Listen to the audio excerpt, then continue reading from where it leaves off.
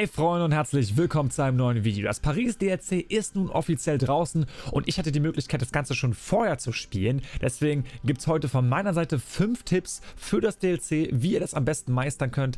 Es lohnt sich also dran zu bleiben. Ihr seht ja, auf diesem Kanal gibt es die geballte Ladung Assassin's Creed und wenn ihr genauso verrückt nach Assassin's Creed seid und keine Informationen mehr verpassen wollt, dann ist jetzt auf jeden Fall das Abo lohnenswert hier auf meinem Kanal. Aber das nur dazu, legen wir los mit den 5 Tipps. Der erste Tipp ist so allgemein wie das Schuhe schnüren. Ganz einfach, bevor ihr loslegt und in die Welt von Frankreich reitet, die wunderschön aussieht übrigens, macht erst die Quests. Und wenn ihr dann an Orten vorbeikommt, dann könnt ihr gerne looten und die Collectibles einsammeln. Denn wenn ihr, sage ich mal, vorher schon das Ganze abbrennt, dann ist alles doppelt gemoppelt und ihr verschwendet in Anführungsstrichen so ein bisschen eure Zeit, obwohl ihr da eh schon hinkommen werdet in der Zukunft. Der zweite Tipp ist eigentlich auch selbsterklärend und zwar findet ihr in Paris und im Umland relativ viele Dokumente, die ihr euch durchlesen solltet, denn diese Dokumente sind nicht nur story-relevant oder erzählen euch irgendwie eine Lore, sondern sie sind quasi auch quest-relevant in manchen Situationen. Gerade bei den Infiltrationsmissionen erklären die euch gewisse Dinge, gewisse Abläufe, die ihr dann später in der Mission durchführen müsst. Und es gibt auch, naja, sagen wir mal, Story-wise, wenn ihr es richtig macht und richtig lest, gibt es auch einen kleinen Spoiler beziehungsweise einen kleinen Hinweis auf das Ending der Story.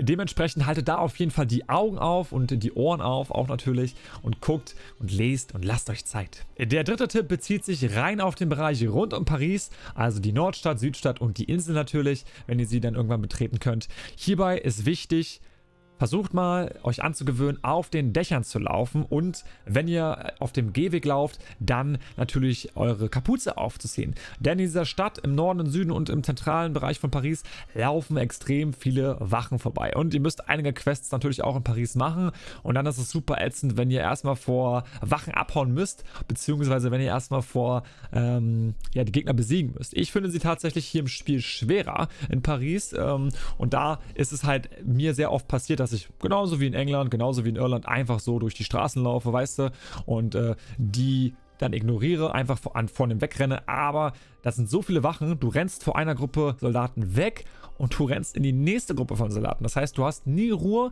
und was dir wirklich hilft ist, erstmal auf den Dächern zu laufen, also quasi oldschool, like Assassin's Creed 1 und natürlich dann den Hoodie anzuziehen quasi, also die Kapuze anzuziehen. Ich habe ein bisschen noch nicht testen können, ob die Bellatoren-Rüstung, wenn man sie vollständig anhat, denn die hilft auf jeden Fall, ob die einen komplett unsichtbar macht für die Wachen und die dich dann gar nicht ignorieren. Könnt ihr mir ja mal in die Kommentare gerne schreiben, ob das bei euch so ist. Ich werde es auf jeden Fall testen.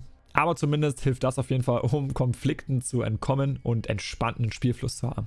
Der vierte Tipp dreht sich um die Infiltrationsmission, um die Blackbox-Mission. Hierbei werdet ihr immer ein, sage ich mal, Attentatsende haben. Ihr habt immer ein sehr spezielles Attentatsevent und ihr müsst dafür gewisse Dinge erfüllen, gewisse Vorbereitungen erfüllen. Deswegen, wenn ihr Aufträge bekommt, wenn ihr eine Quest bekommt, dann gibt es immer optionale Aufträge. Nehmt euch die Zeit, ja. Ihr habt meistens 2 Aufträge und könnt schon nach einem Auftrag das Ziel angreifen, aber macht es euch so spannend wie möglich, macht beide Aufträge, die zu Beginn eurer Infiltrationsmission angezeigt werden. Dann habt ihr nämlich eine größere Auswahl. Das Missionsdesign ist dann einfach cooler, es macht mehr Spaß, diese Mission zu machen.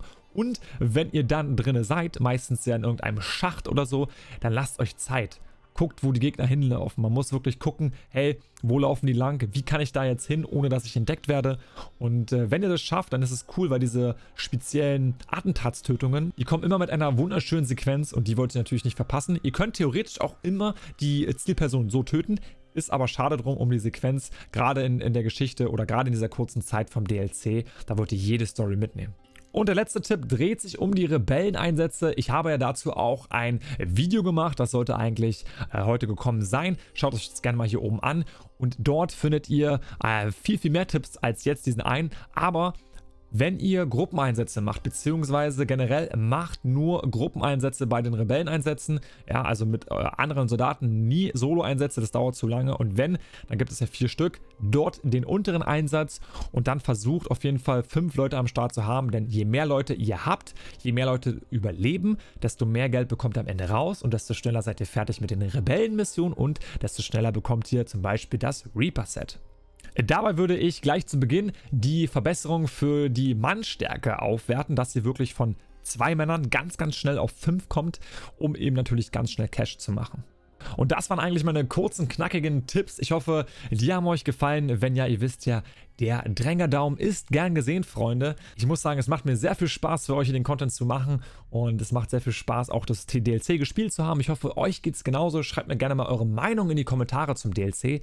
Und das Einzige ist noch eine Sache. Ihr habt die Glocke aktiviert, ne? Ey, die haben wirklich die Glocke aktiviert. Was? Höre ich da die Glocke? Nice. Jetzt heißt es für euch abwarten und Met trinken. Auf dass wir uns im nächsten Video wiedersehen. Bis dahin, euer Eivor.